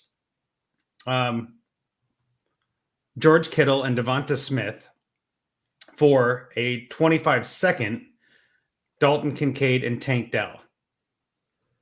Ooh. Now, I saw this one and I was like, am I missing something? Like, what am I missing? I feel like I'm screwing something up. So again, David, I'll go to you first again. Do you want the 25 first Kittle and Smith, or do you want the 25 second Kincaid and Dell? This was post Diggs, right? This was just like very post Diggs. Yeah. Okay. I would be outlandishly in air of the 25 first and Devontae Smith and Kittle side. That's just way better deal, I think. I feel like all three of those are better than the three on the other side. And that's one of those, when I read it, I'm like, am I missing something? So this is, you could argue Tank Dell over Kittle pretty easily, I guess. Yeah, but I'm saying like Tank Dell over Smith. I don't know. I might have Smith there. I'm just not sure. And then I still have Kittle over Kincaid, as much as Buffalo is now hemorrhaging players, so to speak. And then obviously first over second. So I think this is one of those trades that, maybe somebody getting a little bit stir crazy and wanting to make a deal, but also it could be a trade that in 6 months we're looking back like, oh man, what a steal. He got Kincaid and Dell, and all they had to give up was Smith and Kittle. You know what I mean? Like it's one of those, like, you're putting your chips on the player and you're kind of betting on the side. So I don't hate it. You already paid the premium on their upside though in that trade, in my opinion. So even if they do end up hitting, 20% higher than what they are valued at now, I still think it's an even trade at worst then. Well, I'm just gonna say Tank Dell outscored Devontae Smith points per game last year in this scoring. Slightly close, but if you want to call them a wash, and then I would take Kincaid over Kittle by like 48 miles. But that's because I'm a Kincaid stan. So I'm not. Yeah. That's why. And so the difference between the first and the second, to me, that would make me do the trade. Yep. I would say, okay, to me, that would be worth it. And I would assume both teams think that their picks are going to be late. So it's probably a full round difference. So probably good. But yeah, I'm taking the Kincaid side for sure. I'm just not sold on Kincaid, man. He worries me. Like I'm not sure if he's going to be the guy. What is it with Kincaid that's so attractive to you as a Kincaid fan? Everything. I love the situation more. I loved. It was the situation that did it. So I liked the player coming out, and tight ends. I don't know, who knows, right? Right. But when you land with Josh Allen and you land everything, and then everything, like it just feels like they're trying to do that Kelsey Mahomes thing there. I mean, just everything that they're doing, and no, he's not going to be Kelsey, but I'm just saying, like, doesn't it feel like they're setting it up that way for him to be the offense to run through the tight end and the running game and doing some different things? I mean, we've seen them go crazy pass heavy, and we've seen where it's got them. It's not got them anywhere. So they're going to do something different. So do they run more, 12 personnel? Like, I think they will. Obviously they're down receivers at this point. Who's their best wide receiver? It doesn't even matter at this point. I don't think that helps Kincaid though. Like that means there's no one else to focus on. No, you can just double team him. Listen, you can build the narrative either way. They're all crutch arguments. I'm willing to. You were talking about scoring last year for Dell, right? And saying Dell outscored Diggs. Well, who scored more points per game between Kittle and Kincaid? Kittle by a lot. Yeah. Well, I'm just saying, Kittle's like in the prime of his career on one of the elite offenses. Kincaid's a rookie tight end coming out. How come you can use points per game last season, but I can't? I don't understand. Like, that's not really fair. And that was with Diggs, which I think makes that offense better and gets in the red zone and gets more first downs. Like, there's so many reasons that I'm not liking Kincaid, and even more so now. Age is a huge thing. Age is everybody knows. Let's put it this way. So Kittle had 90 targets, which isn't great. That's not great. That's not good. Kincaid had 91. So for a rookie, not bad. Okay. Again, amazing how the context changes. Kittle had 1,020 yards. Kincaid had 673. Like, the yards per target, the yards per reception. Stud. Kittle's a stud. And you're saying Kincaid is going to be? I feel like we've been through this with a lot of running or with a lot of tight ends. I'd rather take the known guy than the guy that could be the guy. It's like, it could be what's in the box. It could be a boat. Like, I just give me the boat, man. Kittle's not a difference maker. Kincaid could be. I'll take the upside. That's entirely fair. That's entirely fair. I'm just saying. Andrew's point is more of what I was getting at when I asked you about him, is because we've played that game over and over and over for a decade. With I've missed on more tight ends than anything else. Right. And he does have a lot of upside and great situation, right? One of the best there is, probably. Target competition ain't there. Quarterback Josh Allen forever. Right. Let's hope Joe Brady doesn't screw it up this time like Carolina. Yeah. So we'll see. Yeah. I'm not disagreeing with your upside, but the floor is a lot lower. And at tight end, I'd rather have the higher floor, to be honest with you. That's just kind of where I'm at. And again, that's a difference in build. Kittle will last either. Sure. Right? Sure. No, so we don't. Kittle's value is I'm looking at right now. Kincaid's value is crazy. Look at startups. Look at just trade value. Kittle is nobody cares about. So like, if we're talking about value of a trade, like that's what I'm looking at. You can get Kittle for, you can like just go pick him up. Like nobody even cares. Whereas Kincaid is like the next hot thing right now. You can flip Kincaid if you don't even like him, just for the value of the trade. You could say, all right, I'm going to get younger all around, and then I'll go flip Kincaid. I'm seeing similar stuff like this across a lot of leagues, specifically with Kincaid. I just saw 2 weeks ago, we do a rookie auction cap, and it's a $250 entry per team league. Okay. And the rookie draft is auction dollars, and a guy sold all of his rookie auction dollars plus a player just for Kincaid. Yeah, see, that's wild. That's wild. Well, I would not do that. I said.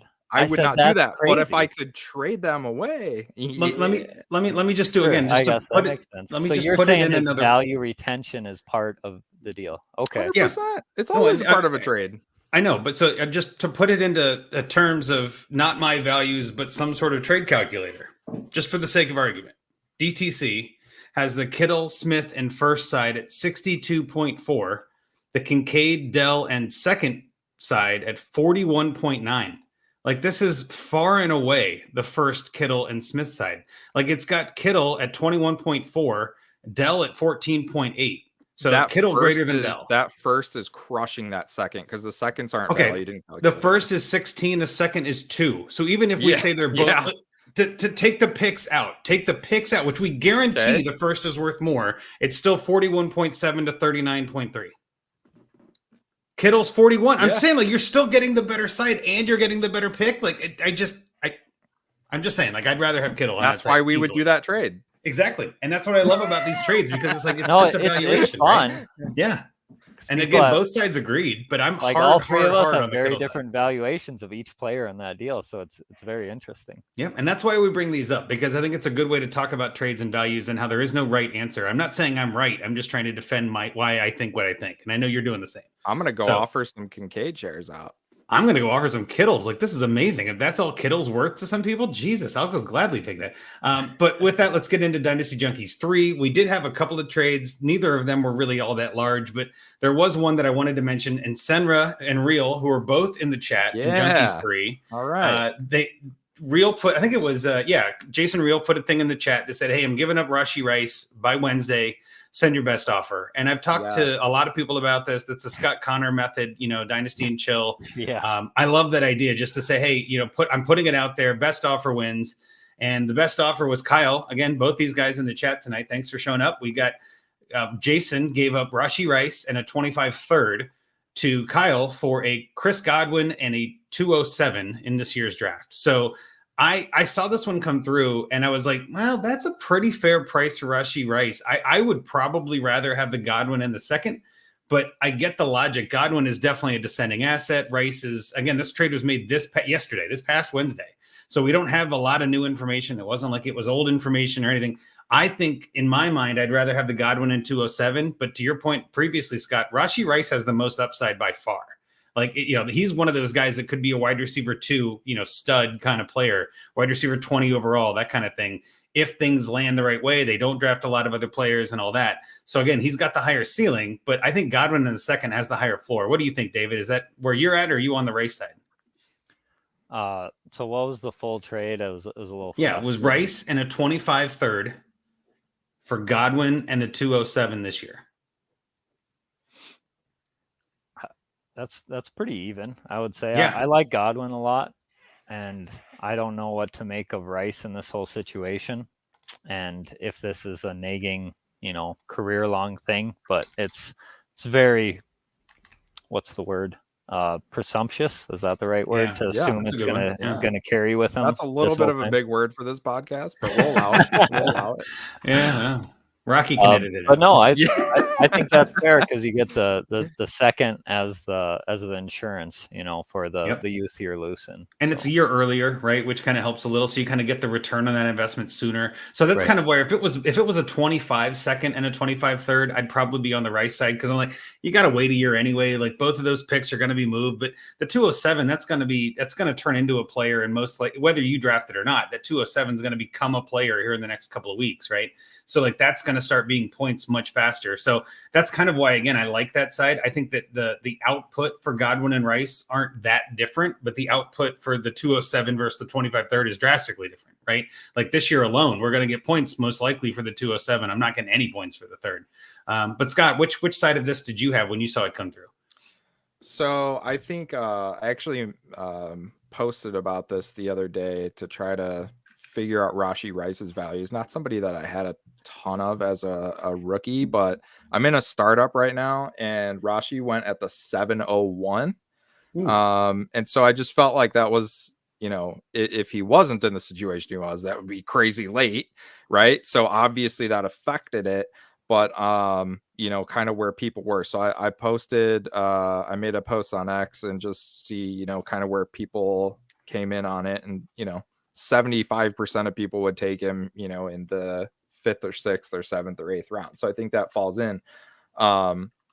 Godwin in this draft went, like 10.06. It was a 10th round, so, probably. Yeah. So just, looking at some startup value there. But obviously, this is going to come down to context of the team. And this is one person just saying, you know what? I don't know what the situation is here. I want to have points in my lineup this year. So I'm going to go ahead and move on from this guy. And you find a trade partner that says, I'm willing to take on a little risk to see if I can get that value gain. And let's move off a descending asset. So it makes perfect sense. The trade makes perfect sense for both teams. And I mean, that's obviously why it went down. I'll probably just take the Rashi side just to say, hey, I'll take the risk and see if I can get some value out of it. But totally good with the return on it too. Well, I think you're hitting the nail on the head, and it's definitely something I wanted to cover, and I don't think I mentioned yet, but the team build and the roster construction and risk tolerance, right? If you've already got a lot of risky players on your squad, this might be a way to get rid of a little of that risk and alleviate a little of that risk from your roster to kind of get rid of Rice and kind of shore up that bench and say, hey, I'm fine taking one fewer point per game, because that's really the only difference between Rice and Godwin. Rice was at 1 point per game different last season. And again, the future is what we're looking for in Dynasty, not always the past. But again, looking at last year, if it's just 1 point, but I'm adding what could be a running back or receiver to my bench that's, potentially a starter at some point, taking that upside, that's the risk I'm going for instead of Rice. So I thought it was a very even trade, but I would rather have the Godwin side just because I'm not going to say I'm out on Rice, but I don't think I have a single share of him. And that might be a part of it too, where like, hey, I don't have any shares. Let me go get one. Right. Like this is that kind of like, hey, let me go find a share and let me see what I can do. So, yeah, I think it was a great trade. Again, thanks to Kyle and Jason for providing us content. Kyle in the chat here. Great breakdown. Thanks, guys. You're welcome.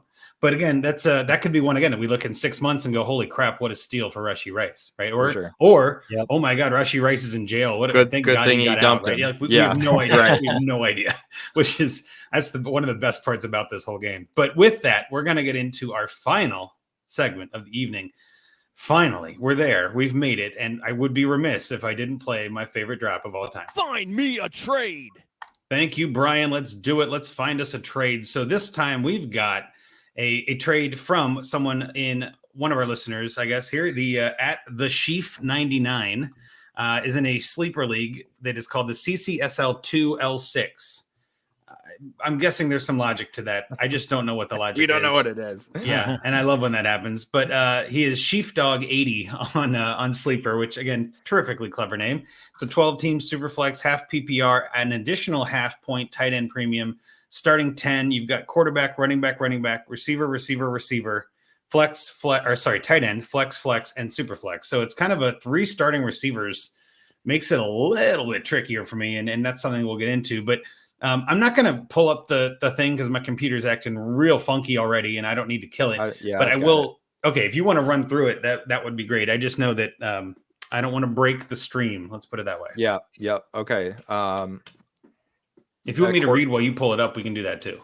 That's good. I've got his. I got the roster right here. Okay, so quarterback Lamar Jackson, Tua, DeVito, Flacco, Mariota, Stidham, Pickett, Tyrod Taylor. Running backs, he has Connor, Barkley, Dobbins, Achane, Dowdle. Wide receiver, Tyreek Hill, Chris Godwin, Brandon Ayuk, Michael Pittman, Garrett Wilson, and cans, in other words, trash cans. And then Travis Kelce, Cade Otton, Daniel Bellinger, Juwan Johnson. As far as draft picks, not a whole lot going on over the next 2 years. A second and 2 fourths, and then next year a fourth, or 2 fourths. So and then full after that. But basically nothing for the next 2 years. Not a lot in terms of draft picks. Sold out, got that 3-year cup. Well, and that's exactly what I was going to say. And I wanted to wait because his roster, it feels like a contender. I feel like there's enough in there that it makes it a contender. And he says champion this year, which makes sense. Winner of a 3-year cup of 6 leagues, which is why it's the L6, right? And then next season, we'll begin a new 3-year cup. So this is a good time to potentially, anyway, look at pivoting to a rebuild. Given the trades on the sheet, I feel like all of us are kind of in different angles. David, you're the guest. I want you to go first. You can pick one or both of the ones that you mentioned and talk about the process you went through on those.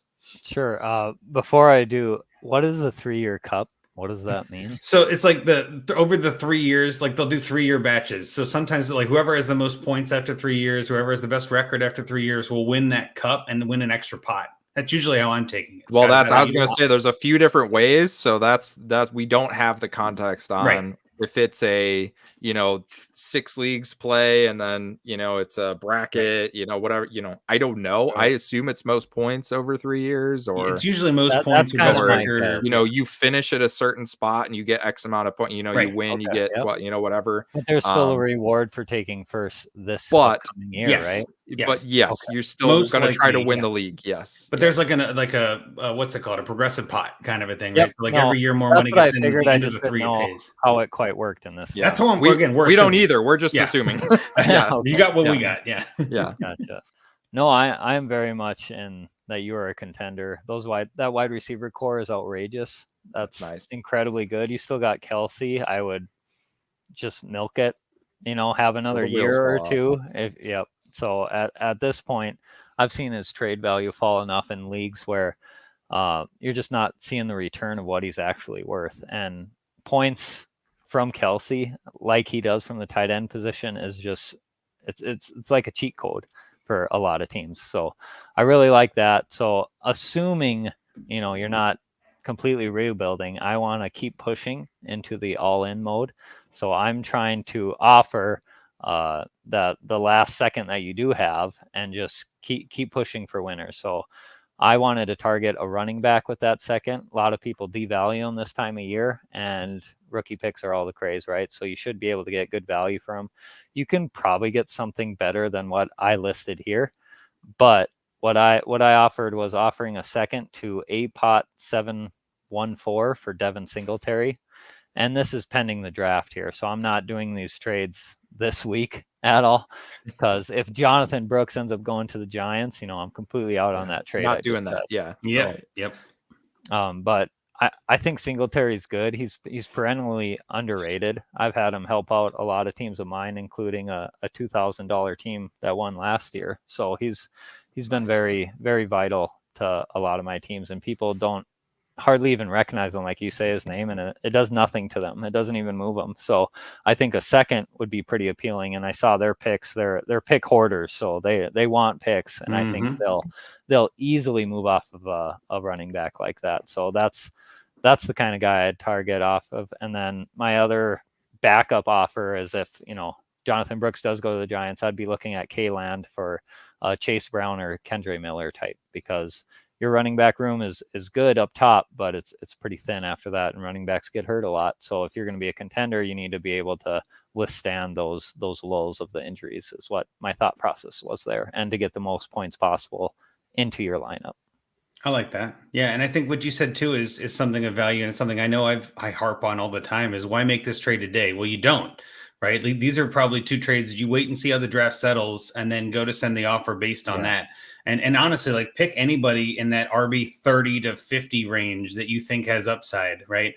Like, try to get closer to RB 30 for your second round pick. The other thing that I don't like about Sleeper when we do these is we don't know the exact pick. And in the second round this year, that's going to matter. 201 versus 212 is going to be a big difference. So, I mean, I can speculate. We know whose it is. It's was it G Money 517, right? So G Money has what I would consider to be no quarterbacks, like Bryce Young, Will Levis, Geno Smith, but he's got Christian McCaffrey, Derrick Henry, DeAndre Swift, Bijan Robinson, like a lot of running backs. So that team is maybe supposed to be a contender, but with those quarterbacks, you're not. So that's probably an early second, right? Like, I look at that, and without even getting into the receivers, he's got Amon-Ra St. Brown, he's got Devontae Adams, Gabe Davis. Like, it falls off a cliff. So like, I feel like it's probably the 202 to 204, somewhere in there.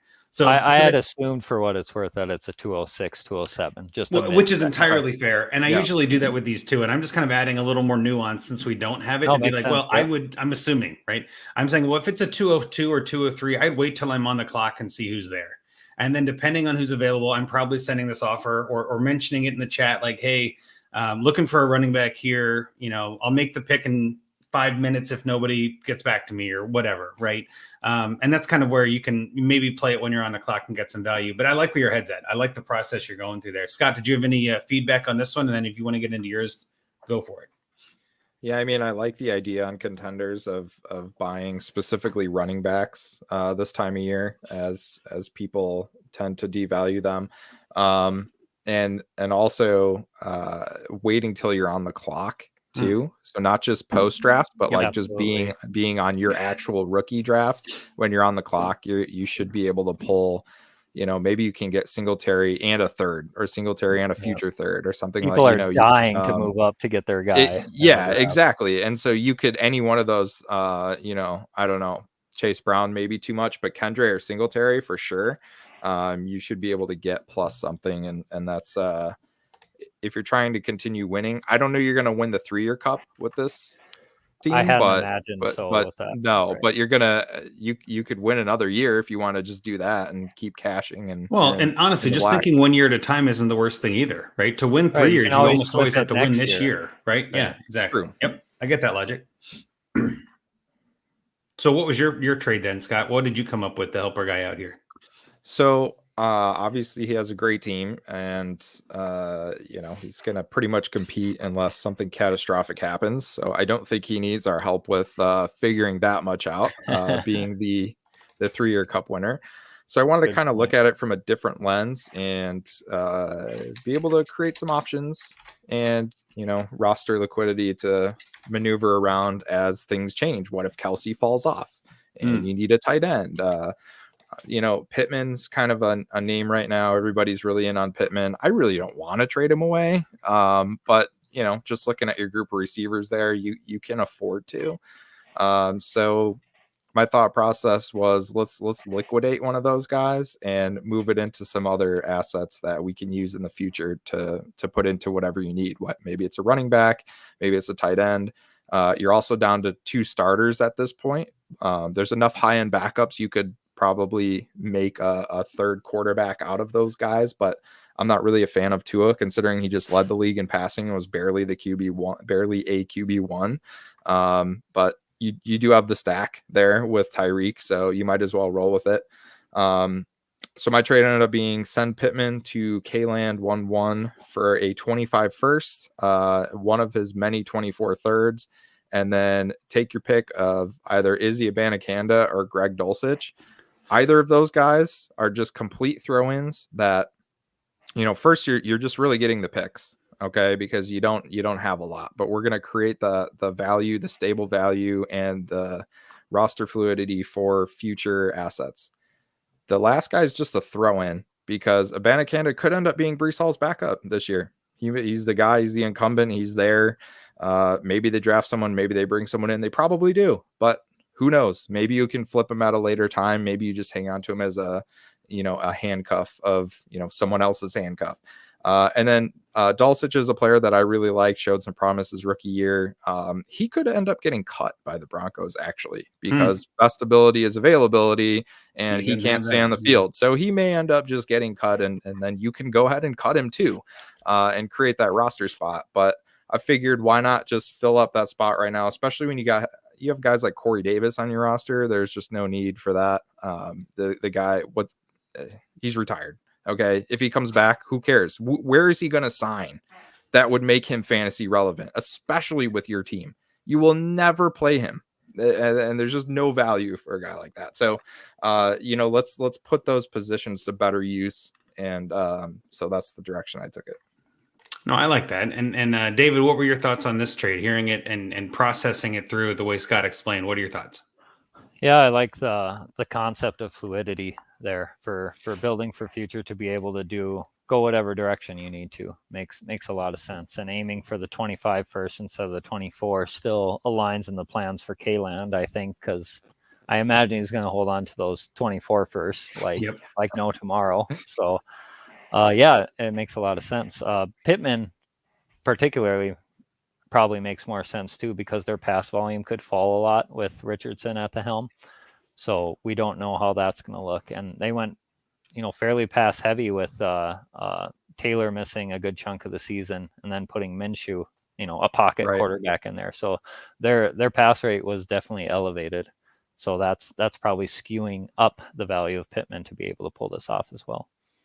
I like that. And just, I don't know if you mentioned it, I don't think you did, but Kayland has Anthony Richardson, right? So there's that stack. He does, yes. Which is always kind of, I mean, there you go. It's not necessarily something that moves the needle, but it's a nice little, like, also you get the stack. And sometimes that mental trigger is like, oh man, I think Richardson's going to have a great year. Then I think Pittman's going to have it. Like, so sometimes that can be a mental thing. I don't know how much it correlates. I haven't done the data dive in a while, but that's another one of those like selling points, right? Just to be like, hey, it gives you the stack. I thought you might be interested in Pittman, so here's your offer, you know? And again, as someone who does, I think a fair amount of trading and sends a lot of bad offers, which is kind of who I am now.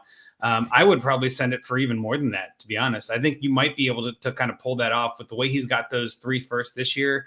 He might be looking at it like I'm all in, like I'm pushing in, and maybe you can get rid of, he can get rid of Chase Brown, like you mentioned, or Kendry Miller and a first and just call that a day, you know? Upgrades, yeah. And just kind of do a first and one of those players. So you're downgrading at the player, but you're upgrading for future. So you're leveraging kind of both angles of that. And I think that's the smart play here. And then with that, I'll get into my trade, because I think where I'm going is somewhat similar. I'm trying to hedge the bet a little. And I feel like we're all kind of making trades that play both sides or could go either direction, because we don't know what Sheepdog is thinking.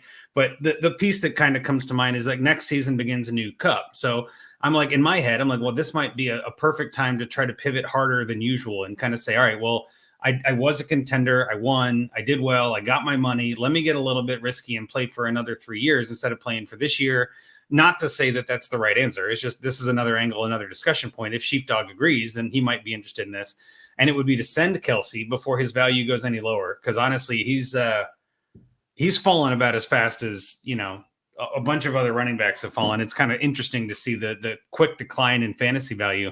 I still think he's a terrific NFL player, and I think he's still got at least one good year left. But in terms of dynasty, people are abandoning ship. So send Kelsey to the large Farva 68 owner there for Derek Carr and Michael Mayer. Now, both of these guys have some question marks. Michael Mayer obviously had some hype and went to the Raiders and really didn't do much in his rookie year, but we know sometimes rookies take a while. The other part of this is you get Derek Carr, at least for this year, to kind of see if maybe his value pops one more time and you can move off of him, or you might need to start him because your team is not necessarily loaded at quarterback, right? You've got Lamar Jackson and Tua, but after that, you don't have a third, like Scott mentioned. So getting at least a Derek Carr gets you through the hump this year. And you don't have picks to really fill in a solid quarterback in the next year or two, it looks like. So you're going to need to figure something out for that QB3. And the other thing that I think makes this sort of attractive is large Farva has Kyle Pitts and would get Travis Kelce to pair with Patrick Mahomes. And I think that's where, again, you might be able to get a little more for Kelce to the Mahomes manager, because they're kind of both ride or die in a sense. And I think if you're going to get a quarterback without giving one up, you might have to overpay. And in this case, that is, you're trying to put every piece of icing you can on this crappy cake and make it be like, see, look at how you get Pitts and Kelce in a start one tight end league. Like, you're going to be dominant at the position, and it's Mahomes. Like, and all I'm wanting is lazy, stupid, dumb Derek Carr. I don't know why I'm asking for him. You like that kind of stuff, right? So like the narrative kind of builds to be like, I'll take Mayer and Carr off your hands. You're welcome. You know, like that's the stupid stuff we see on Twitter. So that's kind of why I'm joking about it. But my thought process is kind of, again, trying to lay it out where you can get younger, you can kind of hedge your bet, but then also get Carr to try to win this year. So that's where my thought process goes. David, what do you think about that one? No, it makes sense. It's very similar a path there as far as kind of liquidating and keeping your options open. Meyer's a good, buy low target. He's got capital there, and he had the college production too. And Derek Carr should, be a starting quarterback for at least 2 years. So that's a good fallback with Lamar and Tua there. And you never know, when a player goes down, you're going to be in rough shape if you're only starting one quarterback in this 3-year window. So no, it makes sense. Yeah, and something else that I don't think we mentioned it on air. I know we talked about it a little before we started recording, but this guy's got Corey Davis on his roster, right? So I'm easily making a 1 for 2 and dropping Corey Davis. Like that makes zero sense to have an asset like that on your roster. I know there are a couple of leagues that I'm in that don't have waivers open until after the draft, and this. Like that's probably what's happening here, but I would still drop Corey Davis. Like there's just, he's bagging groceries at this point. Like he's not going to be a valuable asset. Even like Tom Brady or Sam Ellinger or Jarrett Stidham or Colt McCoy or Carson Wentz, like some of those guys, I get it, right? Like maybe there is this hope. I think Corey Davis's hope died 2 years ago. Like, we're not even talking about a potential comeback there. So yeah, I was first thought I had was, well, I got to do a 1 for 2 because I'm dropping Davis, and that just seemed like it made the most sense. But Scott, what do you think about that trade? If I had to say one nice thing about Luke Getsy, it would be Cole Kmet. So let's just transitive properties, Michael Mayer. I like it. That's nice. There and I go. like to just transitive properties like a cloud, and it just comes out Michael Mayer. That's exactly right. And again, I think tight end's always kind of a crapshoot. And you've got what I would consider a pretty bad tight end room behind Kelsey here with Jawan Johnson, Kate Otten, and Daniel Bellinger. So at least you get younger with Meyer. You're kind of going for that upside. I still think you could contend with that kind of team. I don't think it shifts your roster into a true rebuild. It's more of a retool. But without those rookie picks, it's clear that you went all in and you won and you got what you needed out of it. So congrats. Yeah. Like no harm, no foul. You did a great job. But now that you did that, you have to deal with the repercussions of that. And this might be the kind of, do I want to trade Kelsey and get out before his value absolutely tanks, or do I want the points and try to win one more? If you do want one more, what tight end are you getting to replace him with? Because I don't see him on your roster. So again, it's depending on what you want to do there, Sheepdog. But with that, I think we've given you a lot to think about, both as a listener, both as a, true dynasty manager here for Sheepdog. But I know, David, we already talked about where people can find you and all of that, but where do people want to go if they want to find your stuff? Just remind them one more time. Yep, just on Twitter is where I put almost all my stuff. Other than the rookie fantasy Z scores coming out on Dynasty Nerds in 2 weeks, so I'm at DavidZock16 on Twitter. Perfect. Thank you so much. And you can find us at Dynasty Junkies. You can find me at Andrew Hall FF. You can find Scott at Scott_Sidlow. You can't find Tommy and Rocky. Not this week. We're not doing it. And those guys will be back, I'm sure. We actually have a really fun show. I'm not going to hype up, but we've got a really fun show that we're planning in 2 weeks. A rookie mock rookie draft or rookie crossover mock draft event. You just don't jinx it. But it'll exclusive. Be great. It will be exclusive, and you will love it. But with that, follow the DAP Network on YouTube and at DAP Network on Twitter and X and all that. Subscribe, rate, review, do all those fun things.